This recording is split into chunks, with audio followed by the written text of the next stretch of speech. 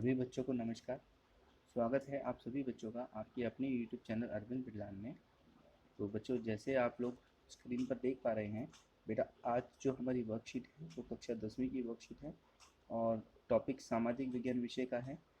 ये worksheet number 98 है और डेट 30/3/2022 है। वर्कशीट का जो टॉपिक है वो अध्याय 6 है, विनिर्माण उद्योग। ठीक है, तो वीडियो शुरू करने से पहले बेटा एक चीज़ आपसे कहना चाहूँगा कि जिन बच्चों ने चैनल पर नए विजिट किया है वो बच्चे चैनल को सब्सक्राइब कीजिए, वीडियो को लाइक कीजिए और दूसरे बच्चों को भी शेयर कीजिए। ठीक है, जिससे उन बच्चों को भी फ़ायदा हो सके। तो यहाँ पर आप लोग देख पा रहे हैं कि जैसे वर्कशीट का टॉपिक जो है विनिर्माण उद्योग है, तो ये टॉपिक बहुत इंपॉर्टेंट है बेटा, इसीलिए वीडियो भी आप लोगों के लिए बहुत इंपॉर्टेंट होने वाला है।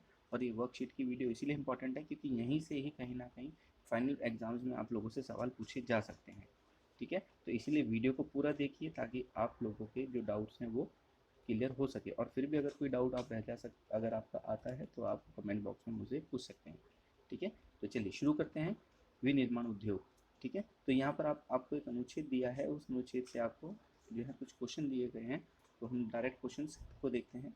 जैसे पहला प्रश्न हमसे पूछा गया है कि जनजातीय तथा पिछड़े क्षेत्रों में उद्योगों की स्थापना का उद्देश्य क्या था।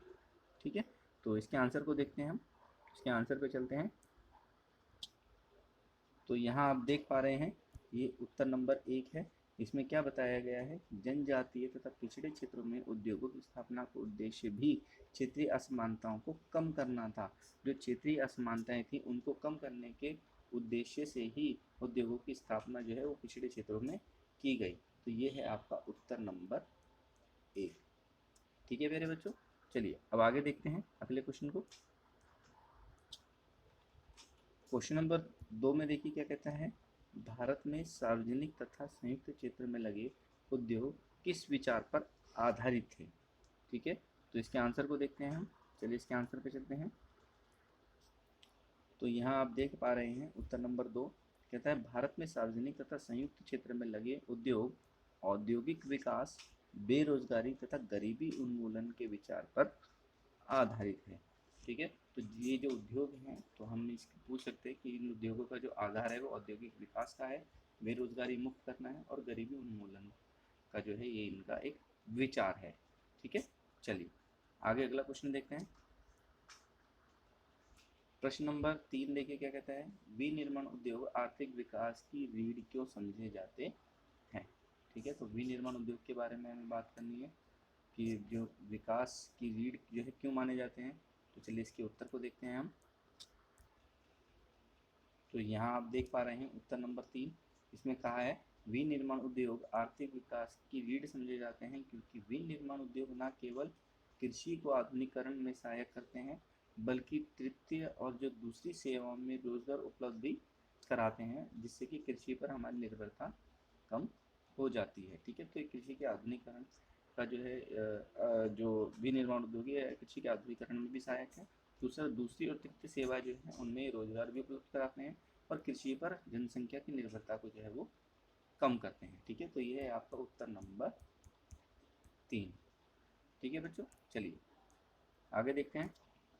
तो आगे देखिए क्वेश्चन नंबर 4, इसमें कहता है कि कृषि तथा उद्योग एक दूसरे से पृथक नहीं है बल्कि एक दूसरे के पूरक है। कथन की पुष्टि करनी है हमें। ठीक है, तो चलिए देखते हैं इसके उत्तर को। तो यहाँ आप देख पा रहे हैं उत्तर नंबर 4। ठीक है, उत्तर नंबर 4 जिसमें क्या गया है, कृषि तथा उद्योग एक दूसरे से पृथक नहीं है बल्कि एक दूसरे के पूरक हैं। भारत में कृषि पर आधारित उद्योगों ने कृषि पैदावार को जो बढ़ोतरी है उसको क्या किया, प्रोत्साहित किया है। ये उद्योग कच्चे माल के लिए कृषि पर निर्भर हैं तथा इनके द्वारा निर्मित उत्पाद जैसे सिंचाई के लिए पंप, उर्वरक, कीटनाशक दवाई, प्लास्टिक पाइप, मशीनें व कृषि औजार आदि पर किसान निर्भर है। इसलिए विनिर्माण उद्योग के विकास तथा स्पर्धा से न केवल कृषि उत्पादन को बढ़ावा मिला अपितु उत्पादन प्रक्रिया भी सक्षम हो पाई। ठीक है, तो ये है आपका उत्तर नंबर 4। ठीक है, चलिए अगला क्वेश्चन देखते हैं। आगे देखिए क्वेश्चन नंबर 5 में क्या बोलता है, औद्योगिक अवस्थिति को प्रभावित करने वाले प्रमुख कारकों की जो है वो व्याख्या करनी है। ठीक है, तो चलिए इसके आंसर को देखते हैं। तो ये आपकी स्क्रीन पर आप लोग देख पा रहे हैं बेटा, ये है आपका उत्तर नंबर 5। ठीक है, उद्योगों की जो अवस्थिति है तो यहाँ ये आप देख पा रहे हैं, ये आपका उत्तर है यहाँ तक, ठीक है। यहाँ तक आपका है उत्तर नंबर 5, ठीक है। उम्मीद करता हूँ बच्चों को समझ में आ रहा होगा बेटा। चलिए अगला क्वेश्चन देखते हैं। आगे कहता है क्वेश्चन नंबर 6 में स्वामित्व के आधार पर उद्योगों के वर्गीकरण की व्याख्या करनी है, ठीक है। तो चलिए इसके आंसर को देखते हैं। तो स्वामित्व के आधार पर देखें, जैसे अगर हम बात करते हैं,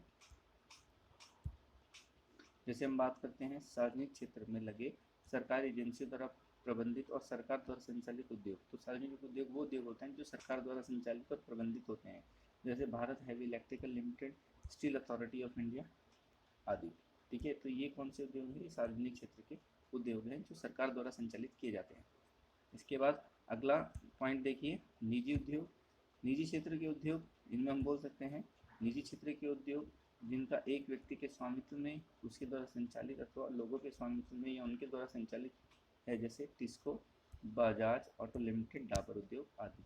तो ये क्या है? ये निजी क्षेत्र के उद्योग होते हैं जिनमें जो निजी व्यक्तियों का पैसा लगा होता है और वो संचालित करते हैं। इसके बाद संयुक्त क्षेत्र के उद्योग, वैसे उद्योग जो राज्य सरकार और निजी क्षेत्र के संयुक्त प्रयासों से चलाए जाते हैं, जैसे ऑयल अथॉरिटी इंडिया लिमिटेड, ठीक है। तो संयुक्त उद्योग में निजी और हम बोल सकते हैं सरकारी, ठीक है, ये दोनों उद्योग जो हैं मिलकर काम करते हैं संयुक्त उद्योग में।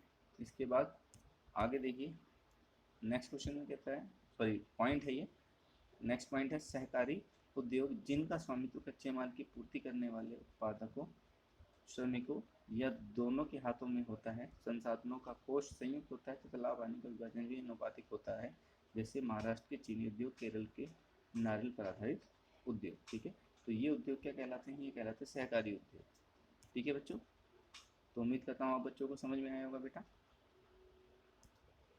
तो मैं ये उम्मीद करता हूँ कि आप बच्चों को समझ में आया होगा, ठीक है। तो अपने कमेंट में अगर आपको कोई सवाल है तो आप कमेंट में पूछ सकते हैं, और अगर आपको वीडियो अच्छी लगी तो बेटा लाइक ज़रूर कीजिए, ठीक है। और अगर जो बच्चे चैनल से नहीं जुड़े हैं, चैनल को सब्सक्राइब कीजिए, ताकि मेरी हर तरह की वीडियो का नोटिफिकेशन आप बच्चों को मिल सके, ठीक है। तो इसी के साथ मैं आपसे इजाज़त चाहूँगा, मिलेंगे फिर हम अगली वीडियो पे। Thank you.